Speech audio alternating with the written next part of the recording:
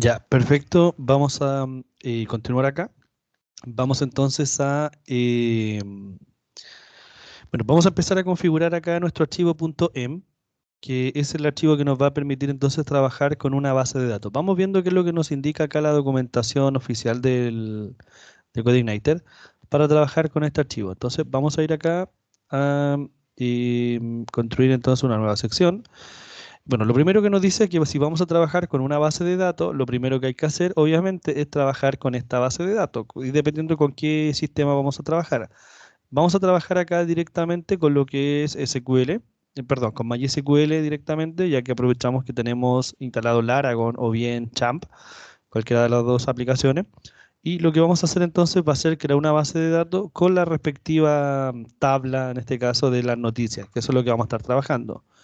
Entonces vamos a tener acá base de datos y vamos a dar acá entonces en doble clic y se nos abre acá una ventana que nos va a permitir trabajar entonces con la base de datos que nosotros tengamos. Entonces vamos a hacer acá nuestra consulta y bueno, lo primero que tenemos que crear acá va a ser una base de datos que va a ser entonces, bueno, lo tengo que hacer acá manualmente, entonces créate database, mi-sitio, se va a llamar la base de datos, aprovechando que así se llama mi página que estamos trabajando ahora. Ejecutamos y vamos a actualizar acá, entonces recargamos y acá está mi sitio, está marcado por ahora mi tienda, le vamos a dar entonces use mi sitio para indicar que vamos a estar trabajando en esa aplicación. Seleccionamos botón derecho y ejecutar consulta actual o ejecutar selección en realidad. Y ahí, perfecto, le estamos diciendo que se está usando mi sitio ahora. Y vamos a crear la tabla que se nos indica acá abajo, que se llama entonces new, que significa noticias. Y no voy a editar nada, pero deben comprender acá qué es lo que se nos dice. Es una tabla que se llama noticias, sería en este caso en inglés. Tenemos acá un ID, que es autoincremental, que es not null, que es un entero sin signo. Tiene un título, que es un varchar 128. Tiene un slug, que, bueno, el slug viene a significar como con concepto de gusano, que esto es un texto que nos va a permitir hacer la ruta de nuestro archivo. Esto lo pueden aplicar después para todas sus aplicaciones.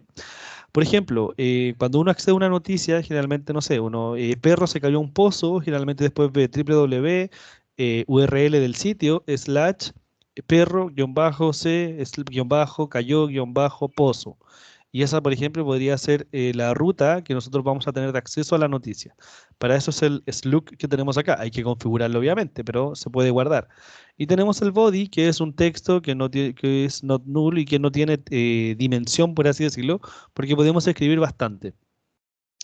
Tenemos acá la primary key que está indicada, que sería la ID, y tenemos una key, que simplemente es key, que significa que es una clave, también va a ser única, que es el slug, que es para que ninguna página se repita efectivamente con el mismo nombre, porque no podemos acceder a dos rutas con el mismo nombre de una misma URL. Entonces, ahora ejecutamos acá nuestra selección, vamos a mi sitio y vemos que ahí efectivamente está new. Si hacemos doble clic, perdón, si hacemos acá en editar, me aparecen ahí todos los elementos. Me aparecen ahí amarillo y verde, que serían entonces los índices, la primary key y la key. Perfecto, eso al menos acá con la parte de la tabla. Y vamos a dejarlo hasta acá con esta parte de la tabla. Y lo que tenemos que hacer ahora es insertar un par de datos. Así que vamos a aprovechar de copiar los datos que están aquí abajito. No vamos a modificar mucho al respecto. Y vamos entonces a ir a el host, acá consulta, y lo vamos a pegar un poquito más abajo. Y hacemos exactamente lo mismo. Seleccionamos los datos y le damos botón derecho, ejecutar selección. Perfecto, y ahí ahora tenemos entonces, si damos en acá crear nueva copia vista, no, creo que aquí no me da la opción de hacer un select automático, no, lo tengo que hacer yo. Entonces vamos a hacer un select con un select asterisco para ver que los datos estén realmente insertados.